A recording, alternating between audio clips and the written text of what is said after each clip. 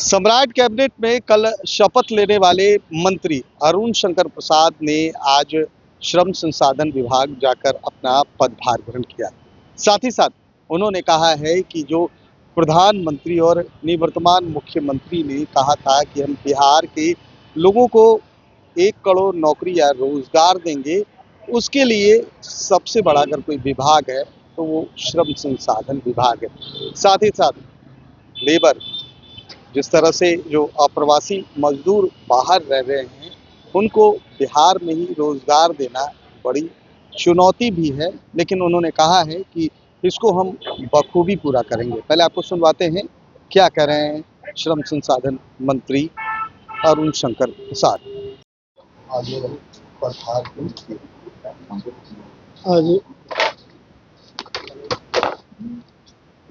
कल शपथ ग्रहण समारोह के उपरांत आज पदभार ग्रहण कर रहे हैं और इस अवसर पर उपस्थित विभागीय सचिव, सभी अधिकारीगण, कर्मचारीगण और आप सभी मीडिया के बंधु, इस अवसर पर यही कहना है कि आदरणीय यशस्वी प्रधानमंत्री श्री नरेंद्र मोदी जी, आदरणीय गृह मंत्री अमित शाह जी, आदरणीय राष्ट्रीय अध्यक्ष नितिन नवीन जी, आदरणीय बिहार के यशस्वी मुख्यमंत्री श्री सम्राट चौधरी जी और हम सबके मार्गदर्शक आदरणीय नीतीश कुमार जी ने मुझ पर भरोसा किया है।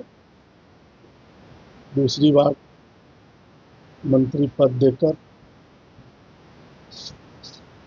उस पर मैं खड़ा उतर सकूं, जनता के विश्वास पर, जनता की अपेक्षा पर। और ये एक ऐसा विभाग है जो दलित, शोषित, पीड़ित, प्रताड़ित जो समाज है, समाज का जो सबसे अंतिम कतार का व्यक्ति है, उसकी सेवा का अवसर देता है। हम कैसे बिहार से पलायन दर को कम कर सकते हैं, हम कैसे श्रमिकों के जीवन में परिवर्तन ला सकते हैं, हम कैसे उनके जीवन को आसान कर सकते हैं, उनके लिए जो भी मिलने वाली सुविधाएं हैं विभाग से, उसको कैसे बेहतर हम पहुंचा सकते हैं। और सबसे बढ़कर जो 7 निश्चय के इस पार्ट 3 में जो निर्णय लिया गया कि 1 करोड़ युवाओं को हम 25 से 30 में रोजगार देंगे, वह इस विभाग की प्राथमिकता हो। और हम चाहेंगे कि इसके लिए जितनी तीव्र गति से विभाग काम करेगी, हम उतनी ही जल्दी उस लक्ष्य को पार करेंगे। सर, बाल श्रम रोकना एक बड़ी चुनौती है। बाल श्रम स्वाभाविक रूप से ये हमारे समाज की कमजोरी को आज भी दर्शा रहा है। और जहाँ कहीं भी इस तरह बाल शोषण, बाल बच्चों के साथ काम लेना, उसको कठिन परिश्रम में झोंकना, ये अपराध है कानूनी। उसके बावजूद भी कहीं कहीं ये देखने को मिलती है, उसको सख्ती से रोकना। और इसी के आड़ में मानव तस्करी भी होता है जो इससे साथ जुड़ जाता है। इसलिए उस पर भी हम कैसे रोक लगा सकते हैं पूरी तरह, कितनी जल्दी हम उस पर काम कर सकते हैं, यह भी विभाग के लिए एक बड़ा उद्देश्य है।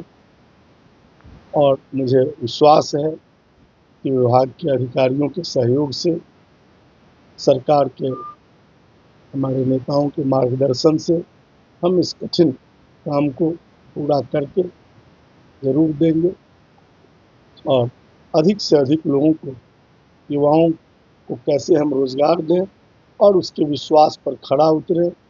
देश का जो श्रमिक वर्ग है आज श्रम का वैल्यू बढ़ा समाज के अंदर, उसको और आगे ले जाना पड़ेगा। जब तक श्रम का वैल्यू मूल्य अधिक नहीं होगा तब तक ये शिकायतें रहेगी। इसलिए उस दिशा में तेज गति से काम करते हुए, और ये एक ऐसा विभाग है जो बिहार को विकसित बिहार की श्रेणी में लाने में, मानव सूचकांक को बढ़ाने में सब में सहयोगी है। और हमारे आदरणीय प्रधानमंत्री जी का जो संकल्प है कि हम इस देश को 2047 तक विकसित भारत के श्रेणी में लाएंगे, उसमें इस विभाग की महत्वपूर्ण भूमिका है। इसलिए इस विभाग में पूरी परिश्रम के साथ, पूरी मनोयोग के साथ, पूरी क्षमता के साथ हम लोग काम करते हुए अपने लक्ष्य को पूरा करते हैं। नवराज जी के साथ ये पहली अनुभव या फिर इसको लेकर क्या सोचते हैं?